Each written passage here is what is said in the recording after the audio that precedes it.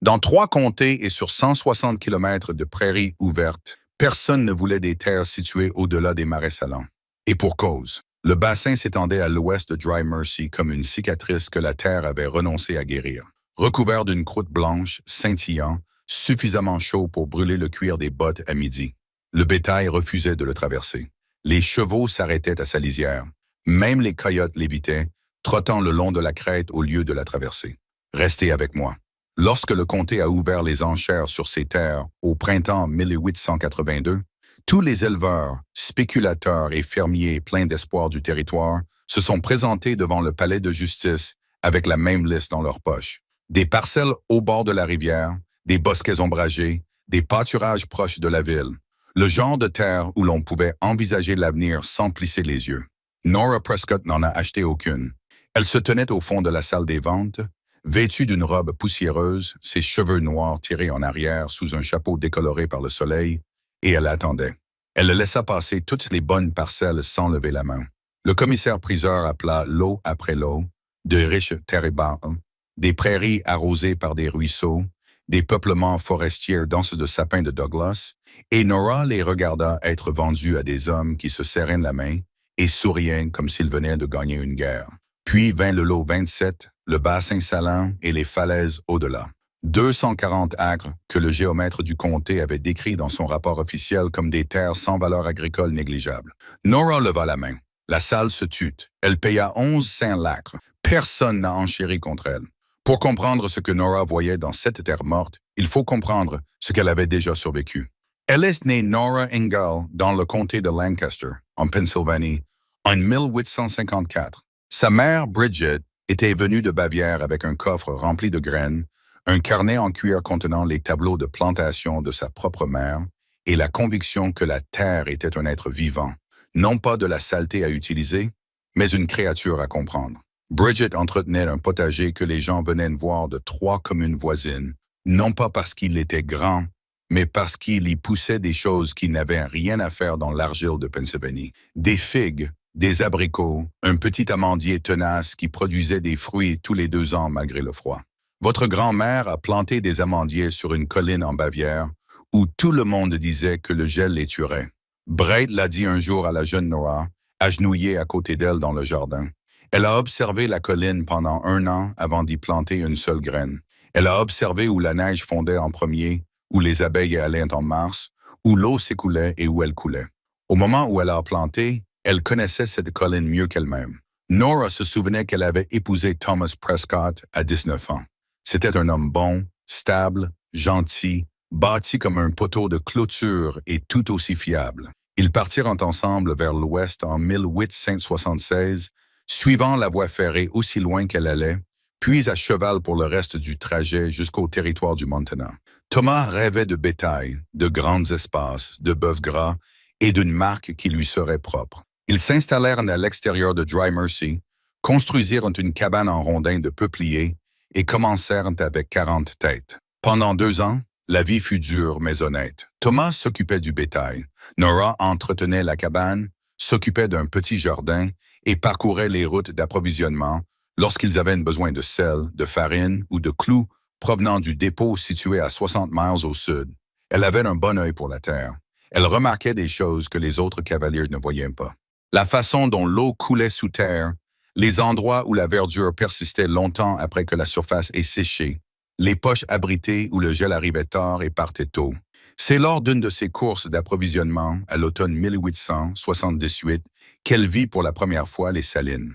La route habituelle passait à l'est du bassin en suivant le ruisseau, mais celui-ci avait débordé après une tempête précoce et le gué était impraticable. Nora fit donc un grand détour et longea le bord ouest des salines. Le bassin s'étendait sous ses yeux comme un lac blanc, craquelé, sans vie. Même en octobre, la chaleur s'en dégageait en vagues visibles. Mais à l'extrémité opposée, et là où la croûte blanche se brisait contre une ligne de falaise sombre, elle vit quelque chose qui la fit s'arrêter et rester immobile en selle pendant un long moment. De petites nénaises vertes, tenaces, des arbustes d'Afrique sauvage, des cerisiers de Virginie, des amélanchiers et quelque chose qui ressemblait à des prunes sauvages poussant dans une ligne irrégulière, là où les falaises rencontraient le fond du bassin. Ils poussaient là où ils n'auraient pas dû survivre, Et non seulement il survivait, mais il donnait des fruits. Elle pouvait voir les grappes sombres de baies à une centaine de mètres de hauteur. Elle le nota dans son esprit comme sa mère l'aurait fait. Elle le classa à côté des lignes de gel, des suintements souterrains et de tous les autres faits discrets concernant la Terre que la plupart des gens ignoraient en passant à cheval. 3 mois plus tard, Thomas mourut. C'était un cheval, un jeune poulain qui avait pris peur devant un serpent à sonnette et l'avait projeté contre un rocher. Il a survécu 4 jours après sa chute. Assez longtemps pour que le médecin vienne lui rendre visite et secoue la tête. Assez longtemps pour que Nora s'assoie à ses côtés et lui tienne la main pendant que la fièvre le rongeait de l'intérieur. Elle l'enterra sur la crête au-dessus de la cabane, sous un tas de pierres plates. Elle avait 24 ans. Elle était seule et propriétaire de 40 têtes de bétail qu'elle ne pouvait pas gérer toute seule. Elle vendit 30 bêtes au printemps, en garda 10. Un chien gris hirsute apparut à sa porte au plus fort de l'hiver. À moitié affamé, les côtes apparentes sous son pelage emmêlé, il la regardait de ses yeux ambrés, avec une patience qui semblait plus grande que celle dont un chien pouvait faire preuve. Elle le nourrit. Il resta. Elle l'appela Dust. Pendant les 3 années qui suivirent, Nora s'occupa du petit troupeau, entretenait son jardin et parcourait les routes d'approvisionnement. Elle était calme, elle travaillait. Les habitants de Dry Mercy la connaissaient comme la veuve Prescott et la laissaient tranquille, ce qui lui convenait très bien. Mais elle ne cessait de penser à ses arbustes au bord des marais salants. Elle leur écrivit 2 autres fois, une au printemps, une à la fin de l'été. Les 2 fois, ils étaient là, verts et tenaces contre le blanc. La 2e fois, elle mit pied à terre et marcha sur le sol. Elle s'agenouilla et creusa la terre avec ses mains, comme sa mère le lui avait appris. La croûte de sel était épaisse près du fond du bassin, mais à mesure qu'elle s'approchait des falaises, elle s'amincissait, et juste à la base de la roche sombre, là où les falaises s'élevaient à 9 mètres au-dessus de la plaine, elle trouva quelque chose qui la fit s'asseoir sur ses talons et respirer. De la terre propre, sombre, fraîche et humide. Pas beaucoup. Une étroite corniche, large d'environ 12 mètres et longue de 400 mètres, longeait la base des falaises comme une veine cachée. La roche au-dessus bloquait le pire du soleil de l'après-midi, et elle pouvait sentir l'humidité monter du dessous. Des infiltrations souterraines s'infiltraient à travers le grès et émergeaient à la base en un lent et régulier ruissellement qui maintenait cette étroite corniche en vie, tandis que tout autour, tout était brûlé et recouvert d'une croûte. Elle resta assise là pendant 1 heure, entourée de poussière, regardant les ombres se déplacer dans le bassin. Elle pensa à l'amandier de sa grand-mère sur les collines bavaroises. Elle pensa à observer où la neige fondait en premier. Puis elle rentra chez elle et commença à économiser chaque dollar qu'elle pouvait. Le lendemain de la vente aux enchères, la nouvelle se répandit comme une traînée de poudre. Elle avait acheté les salines, 240 acres de néant blanc. Les veuves de Prescott ont perdu la tête. Frank Harlan, qui tenait le magasin général et se considérait comme une autorité en matière de terre, s'est appuyé contre son comptoir et l'a dit à tous ceux qui voulaient l'entendre. Ce terrain ne fera pas pousser un seul poteau de clôture. Elle aurait tout aussi bien pu creuser un trou et y enterrer son argent. Au moins, elle aurait pu le déterrer. Garrett Sutter, qui avait acheté une parcelle à Prime Creek lors de la même vente aux enchères, a secoué la tête. Je compatis avec cette femme. Le chagrin fait faire des choses. Thomas aurait dû le savoir. Jonas Bell, le friteur, était moins indulgent. C'est une femme seule qui achète un terrain dont personne ne veut. Cela dit tout. Nora entendit tout. Dry Mercy était si petit que tout ce qui se disait au magasin général se répandait dans toutes les oreilles en moins d'1 journée. Elle ne discuta pas. Elle n'expliqua rien. Elle attela sa charrette et se rendit dans les marais salants avec de la poussière sur le siège à côté d'elle et une cargaison de fournitures à l'arrière. Une pioche, une pelle, 6 sacs en toile de jute, un rouleau de corde et 40 jeunes arbres, des pêchers, des pommiers et des poiriers qu'elle avait commandés par correspondance à une pépinière de Sacramento 3 mois avant la vente aux enchères. Les jeunes arbres avaient coûté plus cher que le terrain. Elle commença à les planter le lendemain matin, avant l'aube. Le travail était pénible. Il fallait briser et gratter la croûte de sel à chaque emplacement de plantation. La terre propre en dessous était bonne, sombre et meuble, riche en minéraux lents apportés par les infiltrations provenant des falaises. Mais elle était mince et elle devait creuser avec précaution pour éviter de couper dans la couche de sel en dessous. Chaque arbre a reçu un trou de 60 cm de profondeur et 60 cm de largeur, tapissé de paille pour isoler les racines et arrosé à la main à partir d'un tonneau qu'elle remplissait à la ligne d'infiltration et transportait sur un traîneau. 40 arbres, 40 trous. Chacun lui a pris presque toute une matinée. Dust se reposait à l'ombre des falaises et l'observait de ses yeux ambrés, patient comme une pierre. À la fin de la 2e semaine, les 40 jeunes arbres étaient en terre. Ils avaient l'air ridicules. De minces bâtons pâles sortant de la terre recouverte d'une croûte blanche. Chacun était attaché à un petit piquet et entouré d'un cercle de paillis de paille. De loin, ils ressemblaient à des pierres tombales dans un cimetière que personne ne visitait. Garrett Sutter est venu voir par lui-même. Il s'assit sur son cheval au bord du bassin, regarda les rangées de jeunes arbres et secoua lentement la tête. « Nora, dit-il sans méchanceté, les arbres fruitiers ont besoin d'eau. De vraie eau, pas d'eau salée. Ce n'est pas du sel, répondit-elle sans lever les yeux du trou qu'elle creusait. L'eau s'infiltre à travers le grès. Elle est filtrée et propre. Même ainsi, la chaleur seule les tuera. Ce bassin est un four. Les falaises bloquent le soleil de l'après-midi et le bassin retient la chaleur la nuit. Les gelées tardives n'atteindront pas cet endroit comme elles atteignent la vallée. Garrett la fixa du regard. « Tu y as réfléchi pendant 4 ans, dit-elle. » Il s'éloigna à cheval en secouant la tête. Ce soir-là, au magasin général, il en parla à Frank Harlan. « Elle n'est pas folle, mais elle a tort. Donne-lui 2 saisons. » Le premier été fut le plus difficile. Nora transportait de l'eau tous les jours, baril après baril, traîneau après traîneau, de la ligne d'infiltration aux arbres et vice-versa. Le bassin salé dégageait une chaleur semblable à celle d'une fournaise. À midi, l'air au-dessus des plaines ondulait et se courbait, et les montagnes lointaines semblaient fondre. Ses mains se couvraient d'ampoules, guérissaient, puis se couvraient à nouveau d'ampoules. Sa peau a pris la couleur du cuir de sel. Elle a perdu du poids qu'elle ne pouvait pas se permettre de perdre. 7 des 40 jeunes arbres sont morts. Elle les a arrachés, a étudié leurs racines et en a tiré des leçons. 3 avaient été plantés trop près de la ligne de sel. La croûte s'était infiltrée vers l'intérieur pendant une période de sécheresse et avait empoisonné le sol. 4 y avaient reçu trop peu d'eau pendant une semaine où l'infiltration s'était réduite à un filet. Elle s'est adaptée. Elle a creusé un canal peu profond d'à peine 30 cm et long de 100 mètres pour répartir plus uniformément l'infiltration le long de la rangée de plantations. Elle a posé des pierres plates le long du canal pour ralentir l'évaporation. Les 33 arbres restants ont tenu bon. Cet automne-là, Jonas Bell s'est parti à cheval avec 2 autres hommes. Ils se sont tenus au bord et ont regardé les rangées de jeunes arbres encore vivants. Et Jonas a dit assez fort pour que Nora l'entende. « Survivre n'est pas la même chose que grandir. Un poteau de clôture survit aussi. Cela ne signifie pas qu'il portera des fruits. » Nora ne dit rien. Elle étalait de la paille autour de la base d'un jeune pêcher, la tassant épais pour l'isoler du froid hivernal qui s'installait dans le bassin la nuit. Dust était assis à côté d'elle, observant les hommes de ses yeux ambrés. Ils s'éloignèrent en riant. Nora les regarda partir, puis regarda Dust. Le chien bâilla et posa sa tête sur ses pattes. « C'est à peu près ce que je ressens aussi, » dit-elle. Elle continua à travailler tous les matins avant le lever du soleil et tous les soirs jusqu'à la tombée de la nuit. Elle renforça le paillis de paille autour de chaque tronc, construisit des brise-vents bas à partir de pierres empilées du côté exposé de la roseraie et passa 2 jours entiers à transporter des pierres plates pour tapisser le canal d'irrigation où le sol était meuble et où l'eau s'écoulait trop rapidement. Ses mains se couvrirent de callosités superposées.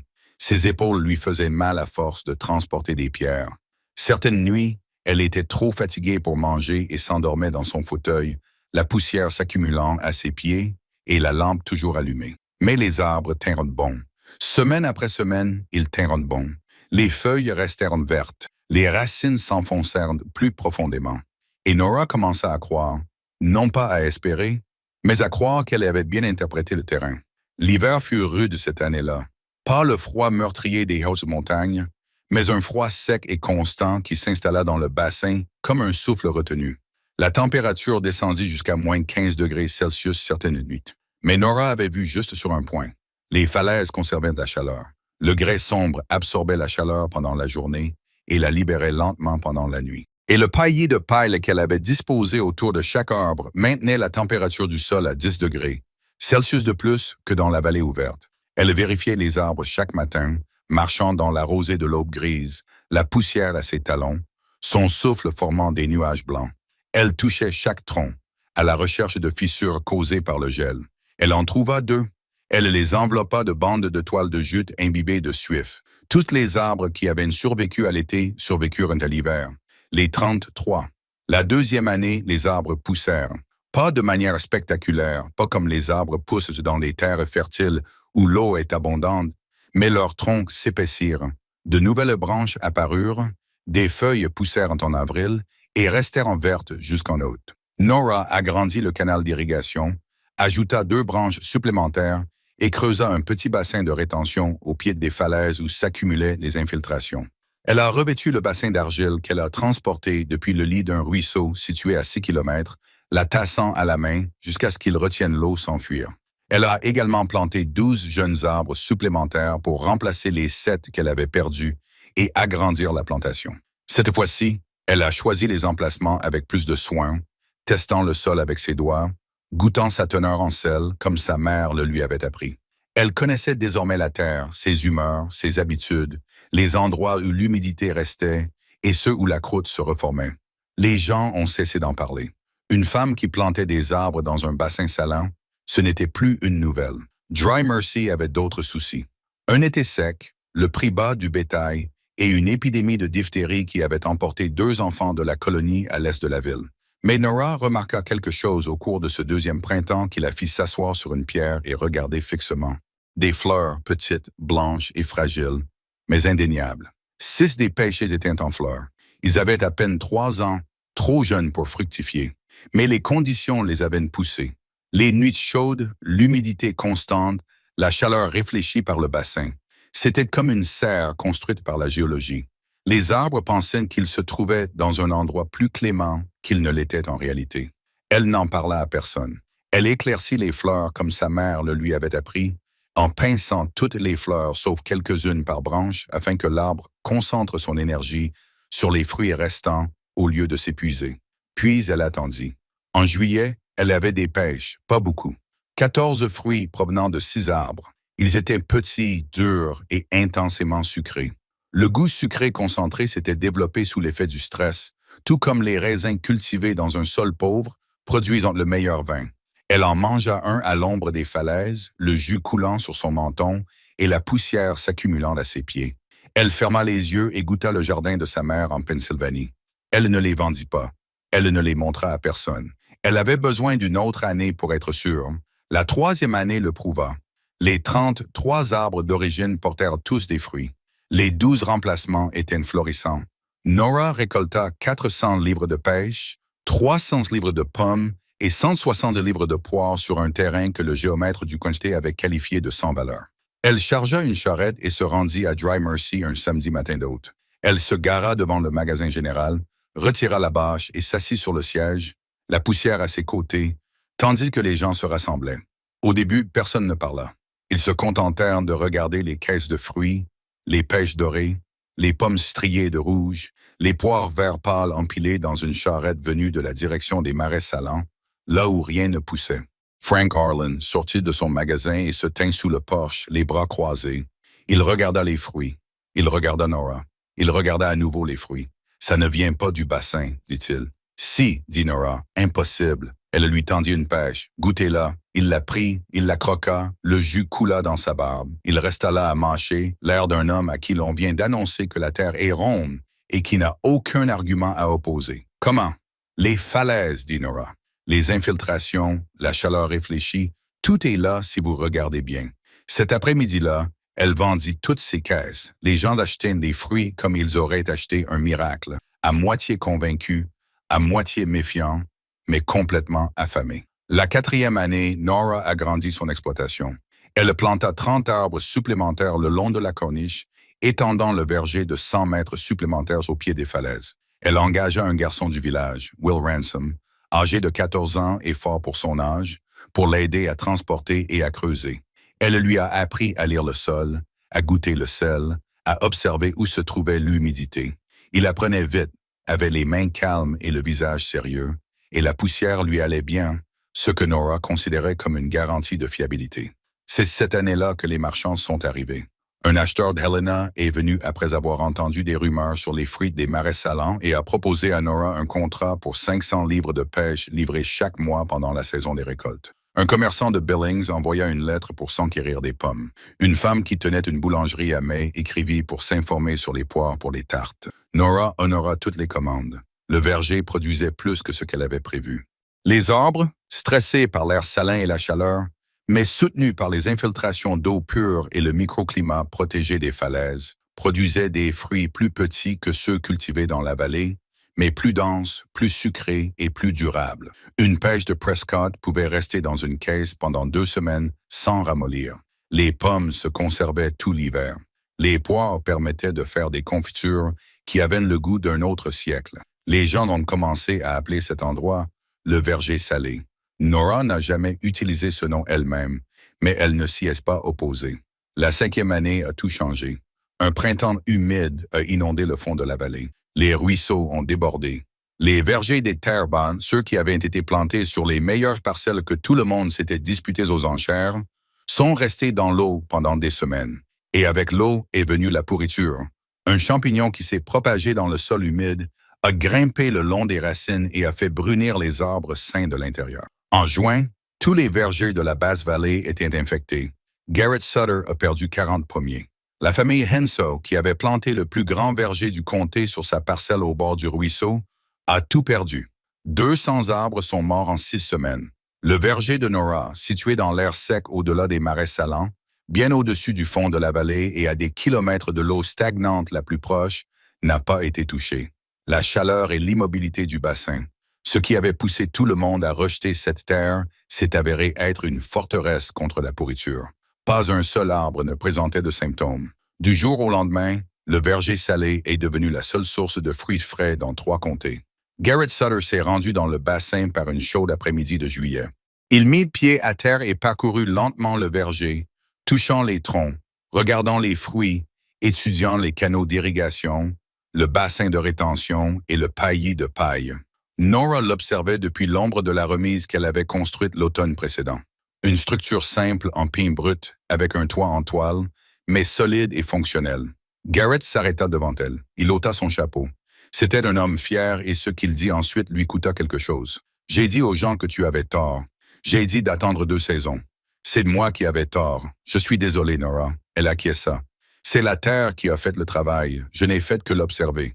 Peux-tu m'apprendre? » Il demanda ce qu'elle savait sur le sol et l'eau, comment elle lisait cette terre. « J'ai 40 acres inutilisés là où se trouvait mon verger. Je dois recommencer à 0. J'aimerais m'y prendre plus intelligemment. Reviens jeudi, lui dit-elle. Apporte une pelle. » Il le fit. Il amena Jonas Bell avec lui, ainsi que le neveu de Frank Arlen et 2 femmes de la colonie à l'est de la ville qui entretenaient des potagers et voulaient apprendre à mieux le faire. Nora leur fit visiter le verger rangé par rangée. Elle leur montra la ligne d'infiltration, les canaux d'irrigation, la technique du paillage de paille, la façon dont elle testait le sol par son goût et sa texture. Elle leur expliqua le microclimat, comment les falaises emmagasinaient la chaleur, comment le bassin la reflétait, comment l'air sec empêchait la pourriture. « Ma mère m'a appris que le sol est vivant, leur dit-elle, agenouillé dans la terre sombre au pied des falaises. Il faut l'observer avant de l'utiliser. Observez-le pendant 1 an. Observez où va l'eau, où la chaleur reste, où poussent des choses qui ne devraient pas pousser. C'est la terre qui vous dit ce qu'elle veut être. » Jonas Bell, qui s'était moqué d'elle depuis le bord de la falaise, se tenait à l'ombre d'un pêcher chargé de fruits et resta longtemps silencieux. Puis il dit « Je t'ai traité d'idiote plus d'une fois. »« Je sais, » répondit Nora. « C'était moi l'idiote. Tu avais tort, dit-elle. C'est différent. Les idiots ne reviennent pas pour apprendre. » Nora ne vendit pas le verger salé. Elle reçut des offres sérieuses d'hommes fortunés d'Helena et même d'un investisseur de San Francisco qui avait entendu parler des arbres fruitiers du désert et flairé une opportunité. Elle les refusa toutes. Au lieu de cela, elle agrandit prudemment son exploitation. Rangée après rangée, saison après saison, elle étendit le système d'irrigation, creusa un 2e bassin de rétention et construisit un petit pressoir où elle fabriquait du cidre et des conserves. Le cidre du bassin salin de Prescott, qu'un homme de Billings qualifiait de meilleur qu'il ait jamais goûté, et les confitures de poire de Prescott, que la boulangerie de May commandait par caisse entière. Elle embaucha 3 employés supplémentaires. Will Ransom, alors âgé de 17 ans, devint son contremaître. Elle lui apprit tout, non seulement la plantation et l'arrosage, mais aussi l'observation, la lecture du terrain, la patience nécessaire. On ne peut pas précipiter la terre, lui dit-elle un soir alors qu'il se promenait dans la roseraie au coucher du soleil. La petite fille de Dust, une chienne au pelage gris et aux mêmes yeux ambrés, que Nora avait baptisé Shadow, trottait à leurs talons. Elle vous dit ce dont elle a besoin, mais elle vous le dit lentement. Tu dois être prête à l'écouter à son rythme. Pose au tien. Will acquiesça. Il était déjà plus doué pour lire les lignes d'humidité que la plupart des hommes 2 fois plus âgés que lui. Au bout de 7 ans, le verger salé couvrait 80 acres au pied des falaises, avec 240 arbres.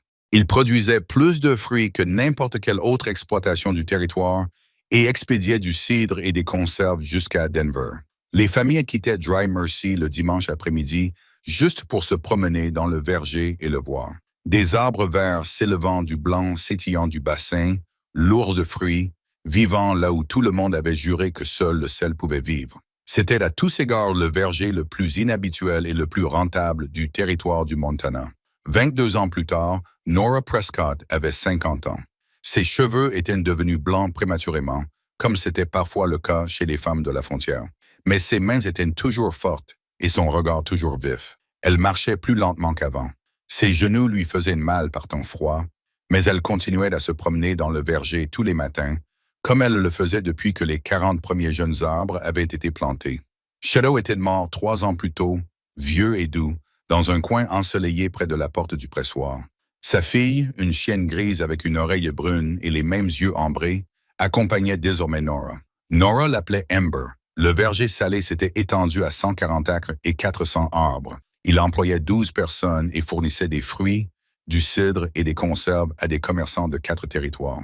3 autres vergers avaient été créés le long des falaises par des personnes que Nora avait formées, des familles qui étaient venues apprendre ces méthodes et étaient restées pour créer leur propre exploitation selon les mêmes principes. Will Ransom dirigeait l'un d'entre eux.